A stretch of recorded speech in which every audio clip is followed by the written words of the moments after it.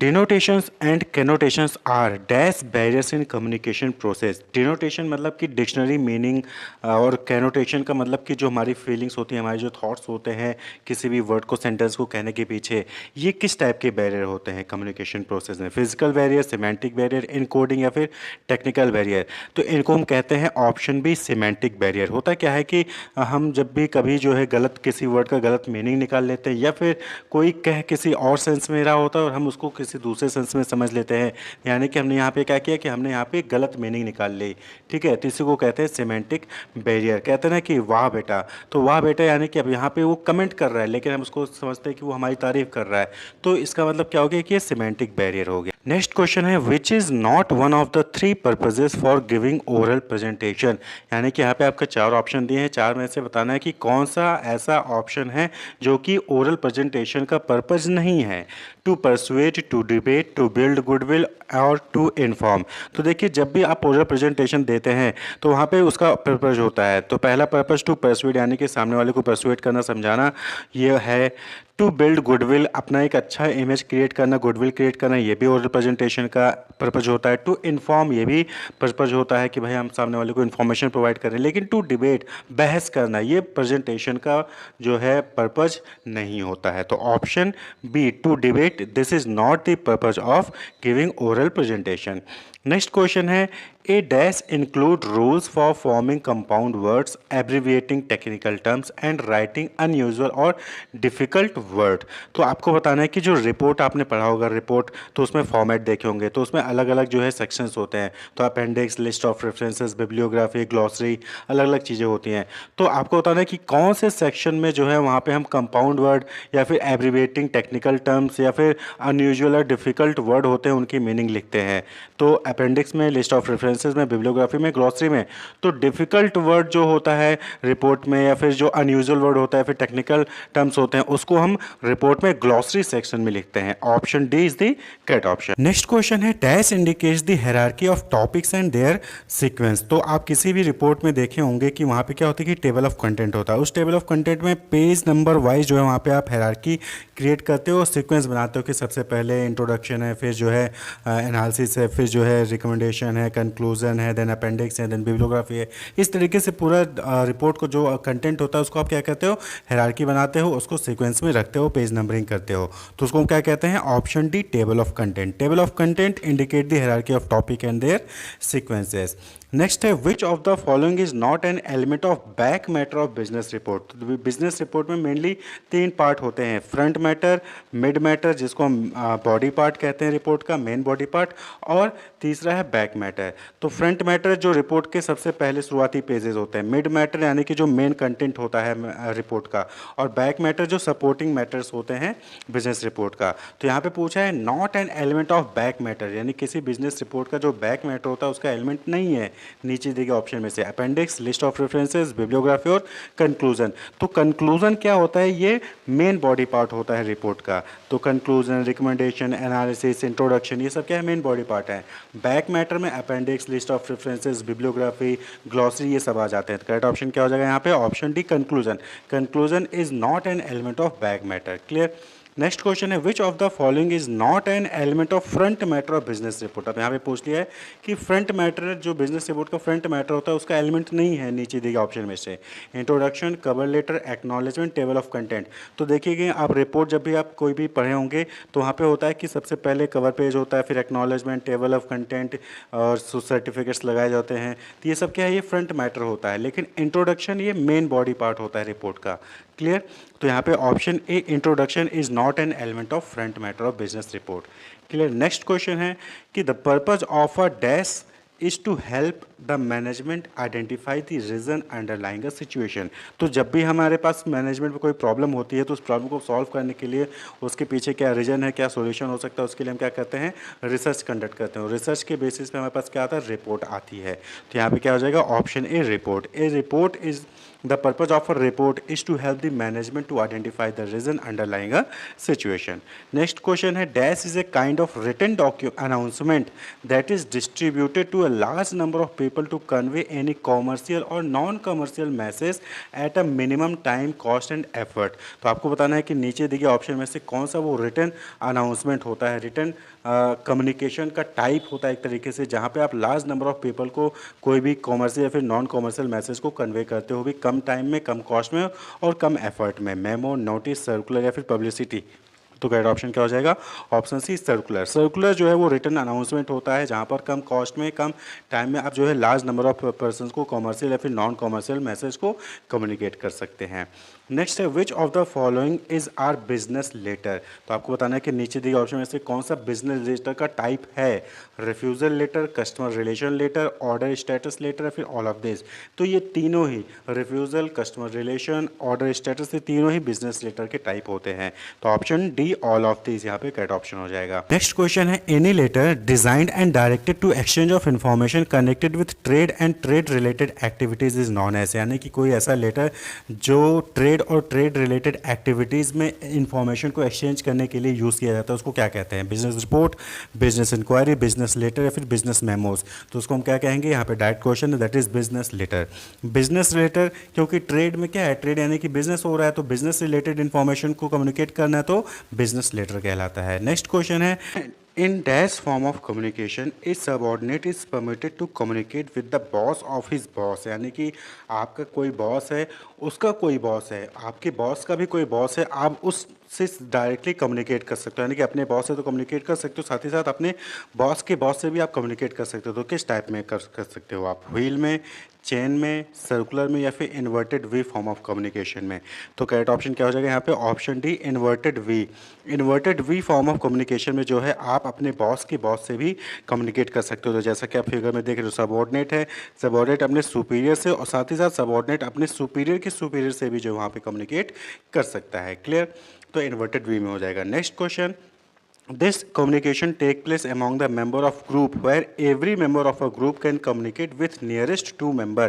यानी कि इस टाइप ऑफ कम्युनिकेशन में जो एक पर्सन होगा वो अपने अपने अगल बगल वाले से, यानी कि किसी दो मेंबर से ही कम्युनिकेट कर सकता है। तो उस टाइप के कम्युनिकेशन को हम क्या कहते हैं? व्हील, चेन, सर्कुलर या फिर फ्री फ्लो। तो यहाँ पे करेक्ट ऑप्शन क्या हो जाएगा? Option C circular communication. Circular communication में क्या होता है कि आप अपने राइट और लेफ्ट वाले से ही कम्युनिकेट कर सकते हो। क्लियर?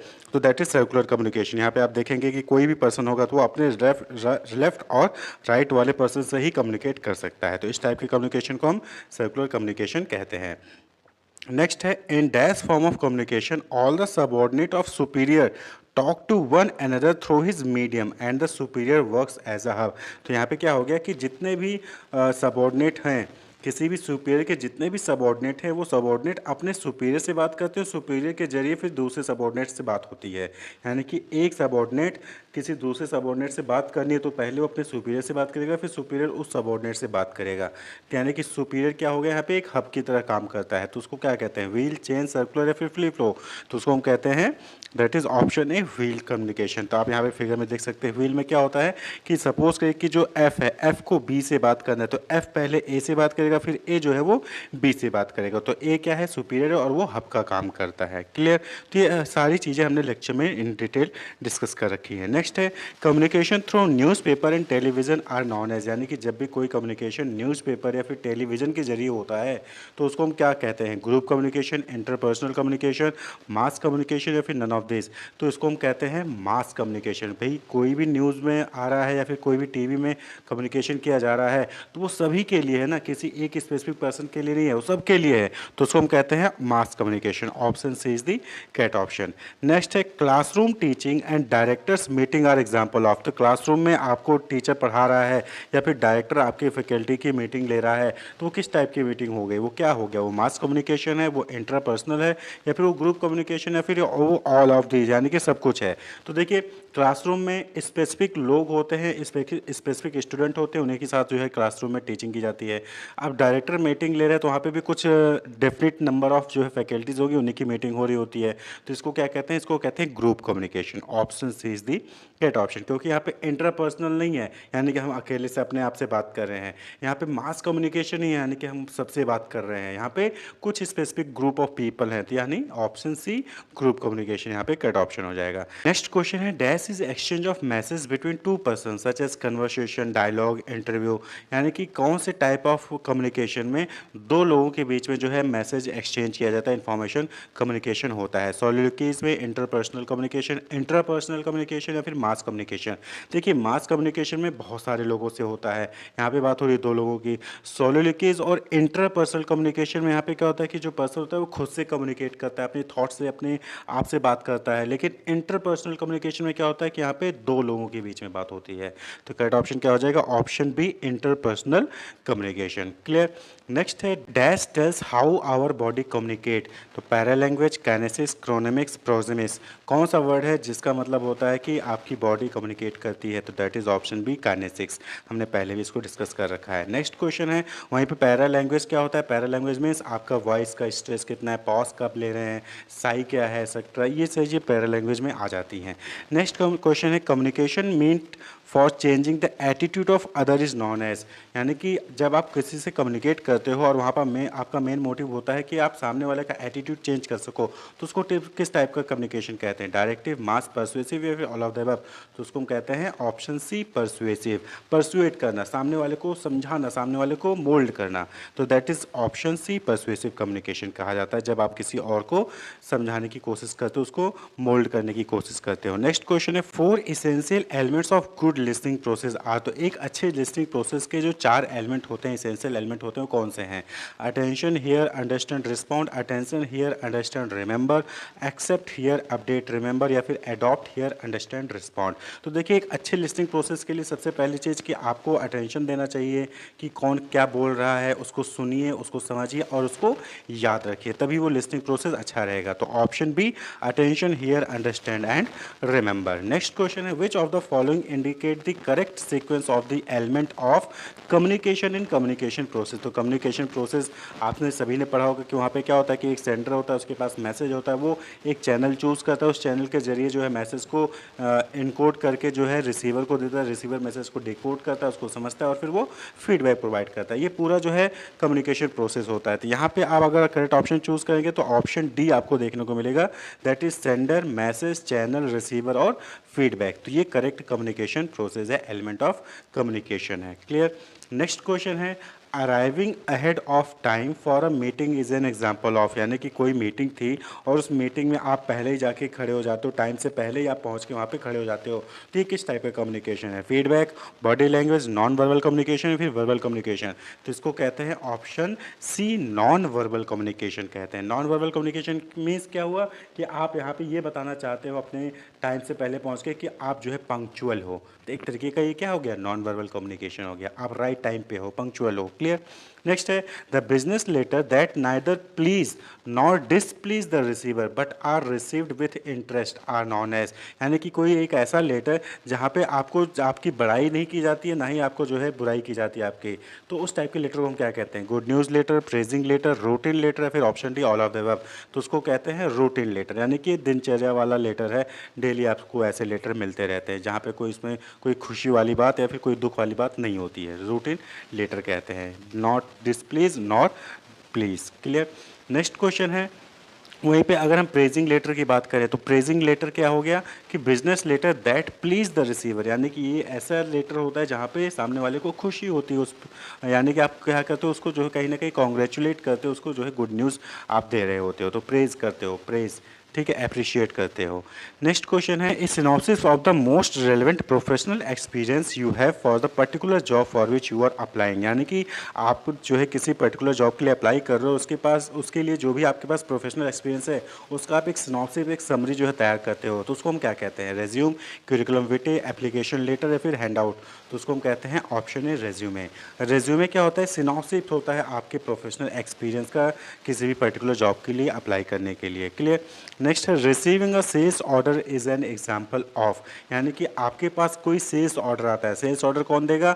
जो कस्टमर होता है, जो पब्लिक होता है, वो आपको जो है सेल्स ऑर्डर देता है। क्लियर कि आप उनको जो है इतना नंबर ऑफ प्रोडक्ट चाहिए। तो ये किस टाइप का कम्युनिकेशन हो गया? वर्टिकल, हॉरिजॉन्टल, इंटरनल या फिर एक्सटर्नल? तो ये क्या होता है? ये एक्सटर्नल है भाई। पब्लिक है, कस्टमर है, वो ऑर्गेनाइजेशन से बाहर का पर्सन है, वो जो है सेल्स ऑर्डर दे रहा है। तो क्या हो गया? वो एक्सटर्नल कम्युनिकेशन हो गया। Option D is the correct option. इसी तरीके से placement of purchase order to supplier of material is dash communication, यानी कि जो ऑर्गेनाइजेशन है वो प्रोडक्ट बनाती है, उसको जो है रॉ मटेरियल चाहिए, तो रॉ मटेरियल के लिए वो किसी सप्लायर को जो है ऑर्डर प्लेस करती है। तो किस टाइप का कम्युनिकेशन होगा? तो यहाँ पे फिर से देखिए, ऑर्गेनाइजेशन किसी बाहर के बंदे को रॉ मटेरियल के लिए जो है ऑर्डर प्लेस कर रही है। सप्लायर क्या हो गया? बाहर का बंदा हो गया। तो ये क्या हो गया? ये भी एक्सटर्नल कम्युनिकेशन हो गया। Option D is the correct option. Clear? तो ये कुछ इंपॉर्टेंट एमसीक्यूज थे। Wish you all the best, keep watching.